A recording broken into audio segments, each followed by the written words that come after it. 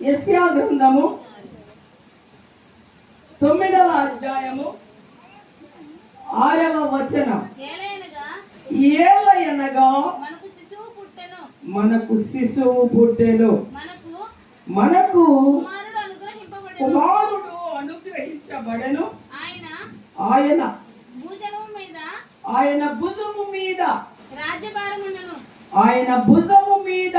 రాజ్యభారముండెను. దేవునికి స్తోత్రం, హల్లెలూయా.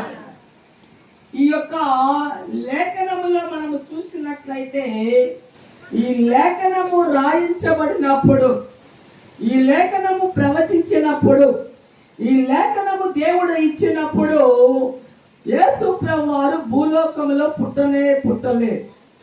యేసు ప్రభువు పుట్టక ముందే దేవుడు తన కుమారుని ద్వారా ప్రవచించబడి దేవుని వాక్యాన్ని అక్కడ స్పష్టముగా తెలియపరిచాడు. ఎలాగనగా మనకు కుమారుడు పుట్టును, లేక మనకు శిశువు పుట్టెను అంటే మనందరికీ కావలసిన ఒక కుమారుడు, మనకందరికీ కావలసిన యేసయ్య, మనకందరికీ కావలసిన దేవుడు, మనందరినీ మోక్షానికి తీసుకునవలసిన దేవాతి దేవుడు పుడతాడు అని ఎప్పుడో భక్తుడైన యెషయా ప్రవచించాడు. దేవునికి స్తోత్రం, హల్లెలూయా.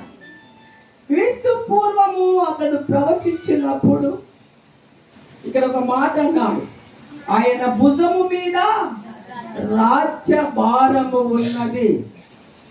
ఈ లోకంలో మనము చూసుకున్నట్లయితే ఈ రాజ్యభారము కొన్ని సంవత్సరాలు ఉంటది.